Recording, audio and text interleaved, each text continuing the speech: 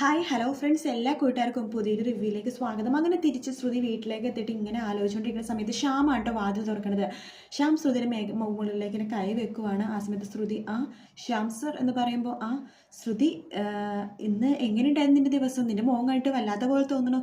അശ്വിൻ സാറാമിൻ്റെ വീട്ടിൽ എന്തെങ്കിലും പ്രശ്നം ഉണ്ടായിരുന്നോ? പ്രശ്നമോ? എന്ത് പ്രശ്നം? അല്ല, നിന്റെ മുഖം കണ്ടാൽ അറിയാലോ എന്തോ പ്രശ്നം ഉണ്ടായിരുന്നെന്ന്. എന്തെങ്കിലും പ്രശ്നം ഉണ്ടായിരുന്നു ശ്രുതി? ഇല്ലല്ലോ.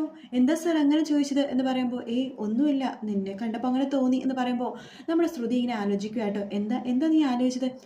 ഒന്നുമില്ല സർ, സത്യം പറയാലോ ഇന്ന് നല്ലൊരു ദിവസമായിരുന്നു, ഒരു അടിപൊളി ദിവസം. ഈ ശ്രുതി കുമാരലക്ഷ്മി ആരാണെന്ന് ചില ആൾക്കാരൊക്കെ മനസ്സിലായ ദിവസം. ഞാൻ ഒരുപാട് സന്തോഷിക്കുന്ന ഒരു ദിവസമാണ് ശ്യാം സാർ ഇന്ന്. അതെന്താ അങ്ങനെ? നീ പറഞ്ഞത് തെറ്റിപ്പോയതൊന്നുമല്ലല്ലോ? അല്ല സാർ, ഞാൻ കാര്യമായിട്ട് തന്നെയാണ് പറഞ്ഞത് എന്ന് പറയുമ്പോഴേക്കും നമ്മുടെ പ്രീതി വരുന്നുണ്ട്. ശ്രുതി മോളെ, നീ എത്തിയായിരുന്നു? ഞാൻ അറിഞ്ഞില്ലല്ലോ. ഞാൻ കഥയ്ക്ക് കുറേ പ്രാവശ്യം മുട്ടിയായിരുന്നു.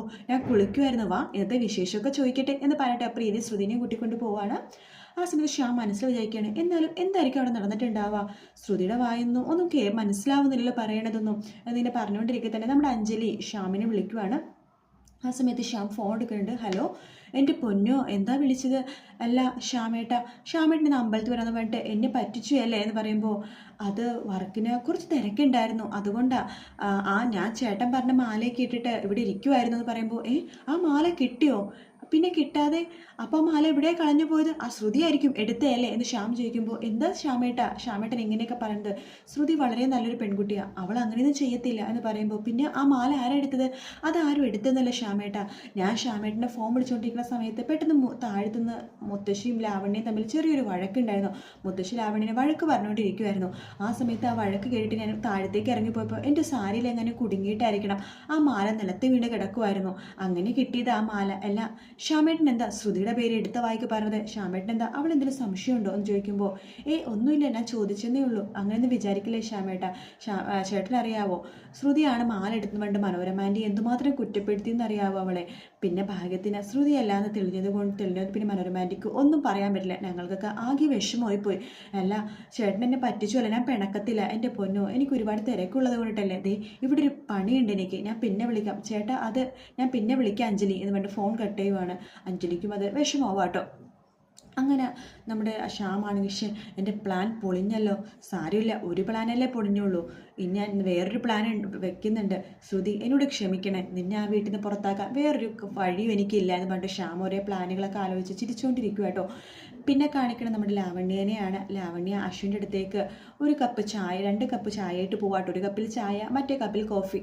അങ്ങനെ പെട്ടെന്ന് സർ, സോറി അശ്വിൻ ചേട്ടാ എന്ന് വിളിക്കുകയാണ്. നമ്മുടെ അശ്വിൻ തിരിഞ്ഞു നോക്കുമ്പോഴേക്കും ലാവണ്യ ചുരിദാരൊക്കെ ഇട്ട് നെറ്റിയിൽ ചന്ദനക്കുറിയും പൊട്ടൊക്കെ വെച്ചിട്ട് ജിമിക്കും കമലൊക്കെ ഇട്ടിട്ട് ഇരിക്കുക കേട്ടോ.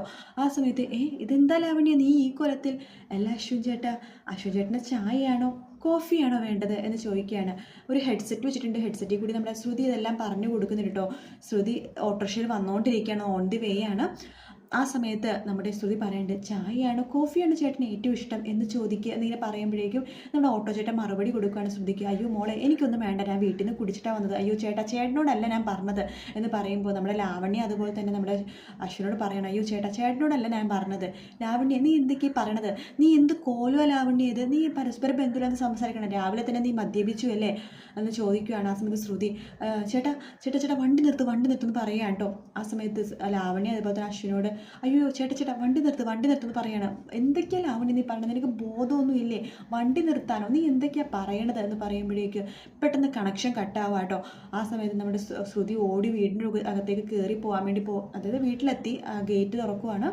ആ സമയത്ത് ലാവണ്യ, അയ്യോ കണക്ഷൻ കട്ടായല്ലോ ഈശ്വര, എന്താ ലാവണ്യ, എന്താ നിനക്ക് പറ്റിയെന്ന് ചോദിക്കുമ്പോൾ, അല്ലേ സർ ചായ എടുക്കുമെന്ന് പറയുമ്പോൾ, അല്ല നീ ഇത് എന്ത് കോലത്തിലാണ് വന്നിരിക്കണേ എന്ന് ചോദിക്കുവാണ്.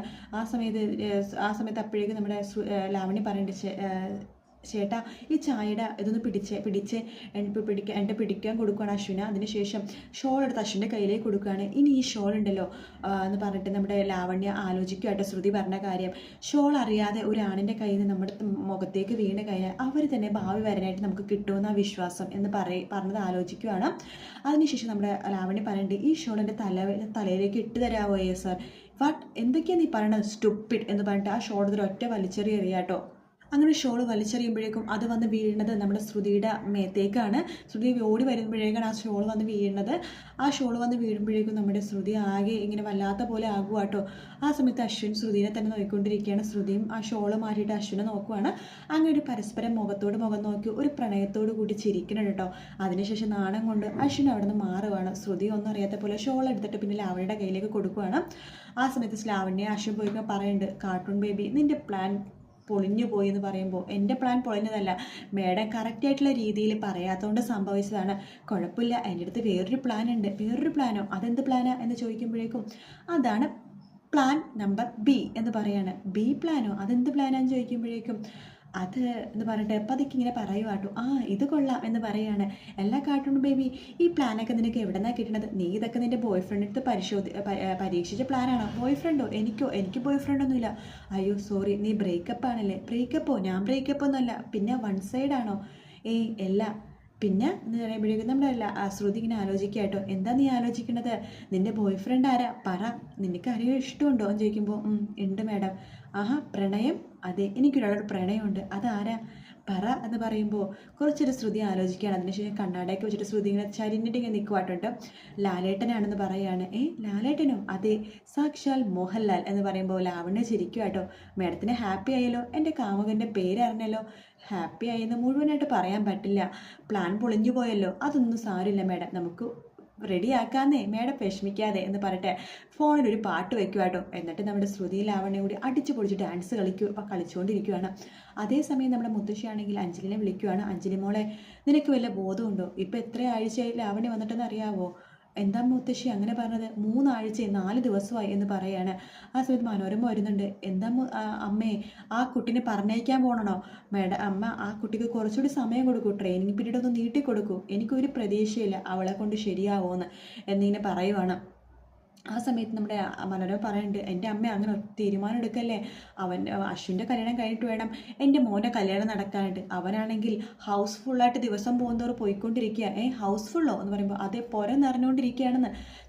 അശ്വിൻ്റെ വിവാഹവും സമയമാകുമ്പോൾ നടക്കും, ഞാൻ നടത്തും എന്ന് മുത്തശ്ശി പറയുക. അപ്പോൾ എനിക്കൊരു സ്ഥാനമില്ലേ? അമ്മയായ എനിക്കൊരു സ്ഥാനമില്ലേ? ഞാൻ പറഞ്ഞ പെൺകുട്ടീനല്ലേ അവൻ വിവാഹം കഴിക്കേണ്ടതെന്ന് പറയുമ്പോൾ മുത്തശ്ശി പറയുന്നുണ്ട്, ഇല്ല, അവൻ്റെ മനസ്സിന് യോജിച്ച, അവൻ്റെ മനസ്സിന് ഇഷ്ടപ്പെട്ട പെൺകുട്ടിയായിട്ട് അവൻ്റെ വിവാഹം ഞാൻ നടത്തും എന്ന് പറയുവാണ്. സമയമാകുമ്പോൾ എല്ലാം നടന്നോളൂ പറയുകയാണ്. ആ സമയം നമ്മുടെ ലാവണ്യയും ശ്രുതിയാണെങ്കിൽ ഭയങ്കര ഡാൻസ് കളിയായിട്ടോ. റൂമിലേക്ക് പെട്ടെന്ന് അശ്വിൻ കയറി വരുമ്പോഴേക്കും വാട്ട് ദ നോൺസെൻസ് ലാവണ്യ, നീ ഇവളുടെ കൂടെ കൂടി നിനക്കും വട്ടായോ എന്ന് ചോദിക്കുകയാണ്.